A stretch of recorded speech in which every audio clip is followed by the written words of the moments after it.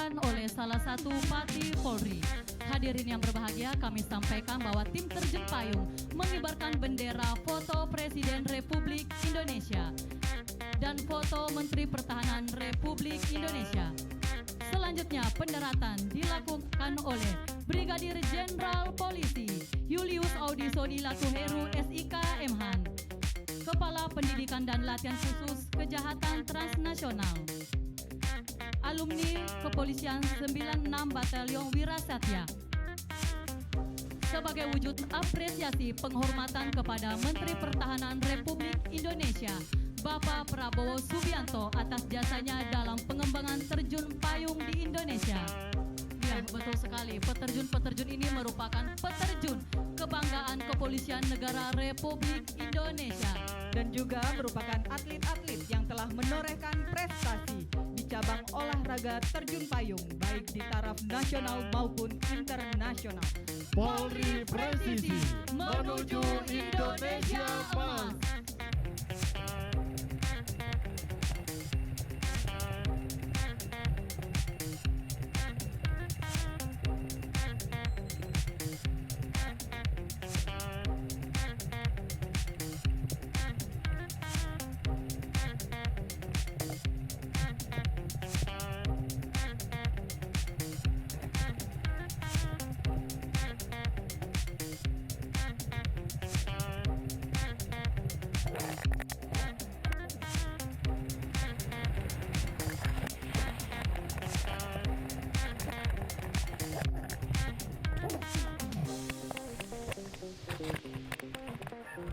Pemirsa, kembali lagi bersama dengan Ines di podcast Polri Presisi dan masih bersama dengan Brigjen Pol Audisoni Latuheru yang tentunya beliau ini sudah melanglang buana, sudah terjun di mana-mana dengan segala ceritanya. Nah, Bapak izin, kalau misalnya saya ingin menjadi seorang penerjun, apakah yang harus saya siapkan untuk menjadi seorang penerjun?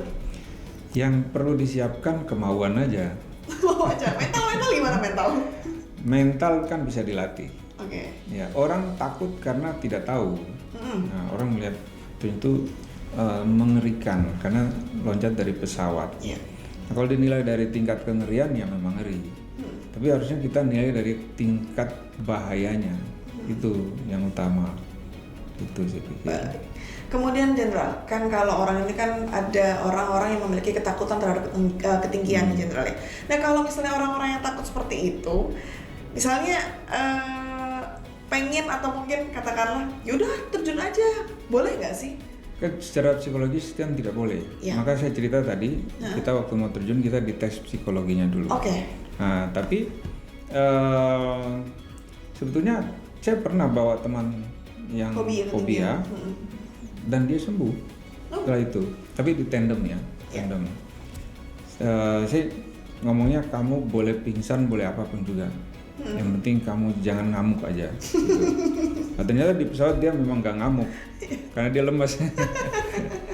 Dan setelah itu, saya nggak tahu ya dia tingkat fobianya seperti apa. Tapi akhirnya kita bisa bawa dia tandem. Dan setelah itu aneh, menurut saya bukan psikolog, tapi kelihatannya dia sembuh. Karena dia mulai pasang foto-foto dia ada di ketinggian gitu. Oke. Gitu ceritanya. Ya pasti berprosesnya juga panjang ya Jenderal ya untuk dia katakanlah bergelut dengan ketakutannya dia sendiri begitu. Saya memang pingsan sih. Tapi berarti masyarakat pemirsa di luar sana kalau misalnya memang belum benar-benar yakin jangan sampai ya Jenderal ya, harus tetap ada guide-nya begitu ya Jenderal. Oh iya memang kan harus ada tahapan untuk bisa jadi penerjun itu. Nah, nggak tiba-tiba langsung naik pesawat gitu. Baik. Kemudian Jenderal yang saya penasaran sebenarnya untuk bobot dari isi di dalam ransel ya katakanlah ya. Itu tuh berapa beratnya? Tergantung tipe payungnya. Oh ada tipenya juga. Ada macam-macam. Seperti apa Jenderal? Ada tipe, ada ukuran.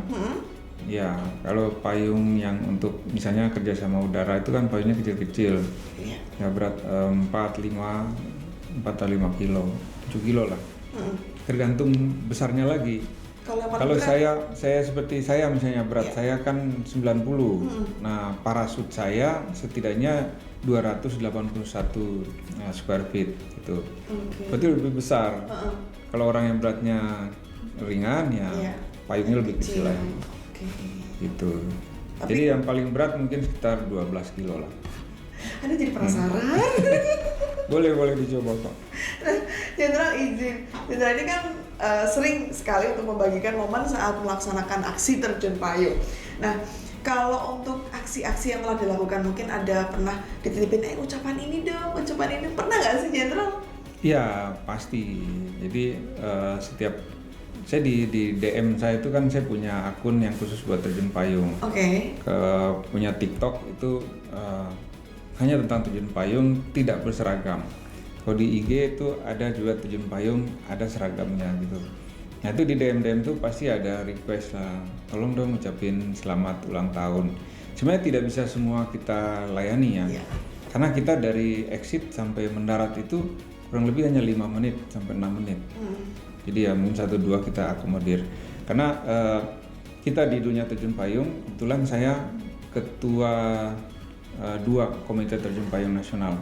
Jadi kita juga punya tanggung jawab moral untuk mengkampanyekan terjun payung sih sebenarnya. Nah lewat tayangan-tayangan di sosmed itu kita ingin kasih informasi kepada masyarakat bahwa terjun payung itu aman gitu. Oke. Yeah. Nah Jenderal, mungkin saya juga penasaran nih Jenderal. Sebenarnya kalau misalnya kita punya hobi terjun payung itu mahal nggak sih? Mahal untuk pribadi ya buat private. Ya tapi kita kalau ngomong hobi kan dijabarin aja Jenderal. Tergantung orangnya kan. Yeah. Orang hobi mobil ya dia juga bisa spending banyak duit. Kalau kita di TNI Polri kan sebenarnya nyaris tidak mengeluarkan biaya sama sekali kecuali kita pengen ngarang-ngarang altimeter pembagian kurang bagus kita beli sendiri jadi mahal. Tapi kan kita ikut program. Jadi ya payungnya punya dinas, pesawat punya dinas kita nggak bayar kan. Tapi sebagai seorang yang memiliki hobi terjun payung berarti Jenderal juga memiliki pribadi si payungnya itu. Mahal itu. Mahal. Saya cuma punya seperti altimeter. Oke. Punya helmnya. Nah, itu saya beli sendiri sih. Biar lebih enak aja dipakai gitu. Karena parachute itu lumayan mahal. Antara 30 juta sampai 75 lah, tergantung custom. Kalau kita pakai logam biasa ya mungkin 30-an juta dapat. Kalau kita pakai platina ya. Nah, itu mahal-mahal tuh. Itu. Nah, Jenderal, izin kita kembali lagi dengan karir Jenderal selama puluhan tahun berdinas. Jenderal izin. Memang kan Jenderal itu sudah tugas melalui banyak sekali ya, mulai dari di Polda Metro Jaya, kemudian sempat juga di Bareskrim Polri, benar ya Jenderal ya? Kemudian di Fubinter, Wadan dan Gegana, Kastreskrim dan lain sebagainya sampai dengan Kapolsek dan juga Kapolres. Mungkin ada kesan ataupun pengalaman yang menarik yang pernah Bapak alami sebagai seorang anggota Polri selama berdinas? Banyak sekali. Ada nggak yang nggak terlupakan sampai dengan sekarang? Pasti yang pertama selalu tidak terlupakan. Iya. Saya penugasan pertama di Timor Leste, Timur. Itu kita baru pertama memimpin pasukan. Waktu itu di pelopor Kedung Halang itu ingin mengirim pasukan ke Timor Leste dan letnan pelopor itu habis, jadi diminta sukarelawan dari Gegana. Saya waktu di Gegana, saya mau berangkat ke sana. Dan ternyata saya baru sadar kan, kita dulu didoktrin di Brimob itu, kalau kamu letda baru jangan sombong, belajarlah sama bintara-bintara yang senior gitu. Mereka sudah punya jam terbang. Saya baru kaget bahwa ketika saya mau berangkat ke Timur, semua anggota saya sama lulusannya dengan saya. Bintaranya baru lulus, tamtamanya baru lulus. Nah, kita semua baru gitu. Kecuali Damki dan Danyon tuh orang senior. Nah, ini tadi ditempatkan di Ermera, Gleno. Dan situasi chaos ya, hampir tiap hari kita melihat darah dan sebagainya. Itu tidak terlupakan. Itu terus ke Aceh, Aceh juga punya keunikan tersendiri. Saya 3 periode dinas di Aceh. Itu saya 3 kali masuk rumah sakit, yang kena tembakan lah, kena bom lah, 3 kali. Yang paling jauh saya dievakuasi ke Medan di rumah sakit Bayangkara Medan dari Banda Aceh pakai helikopter, tidak terlupakan. Baik. Nah, berpuluh tahun kemudian saya nyetir helikopter. Jenderal izin, kalau tidak salah memang Jenderal ini kan putra asli Papua ya? Kalau menggunakan asli itu agak kurang pas karena saya campuran. Saya ada keturunan Ambon. Mama Tapi lahirnya saya memang di Merauke ya? Mama Papua, mama orang Papua, orang Merauke gitu, keturunan suku Kanum. Kalau untuk ininya Jenderal izin pengiriman saat itu dari Poldanya ikut Dari Papua. Polda Papua. Iya, kan saya SMP, SMA, Universitas Cendrawasih juga. Sampai semester 7 baru saya masuk Akpol. Tidak ada cita-cita sih sebenarnya.